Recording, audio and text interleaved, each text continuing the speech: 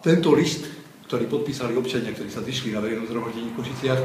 žiada pána prezidenta, aby sa zaujímal tento prípad a aby týmto záujmom dal všetkým občanom Slovenskej republiky najavo, že ho to trápi, že je možné statočnosť odmeniť takýmto spôsobom a aby teda využil všetky možnosti, ktoré má ako vysoká autorita k tomu, aby povedal, to, čo robí Žarnaj, to má robiť občan Slovenskej republiky, tak si predstavujem, aby takto ste sa správali a keď sa budete takto správať, tak budete mať nielen moju úctu, ale táto krajina bude v poriadku. Zatiaľ ma sklamal pán minister Čaplovič, ktorý na moju interpeláciu odpovedal tým, že nemá veľké možnosti zasahovať do kompetencie riaditeľa školy, ale myslím si z hľadiska práve stavu, ktorý v spoločnosti máme a konkrétne v školstve, nemôže byť v poriadku, aby pán minister cúval a povedal, pán riaditeľ má na to kompetencie. To sa nemôže skryť za to niekto, že je prebytočný, tak je mi ľúto.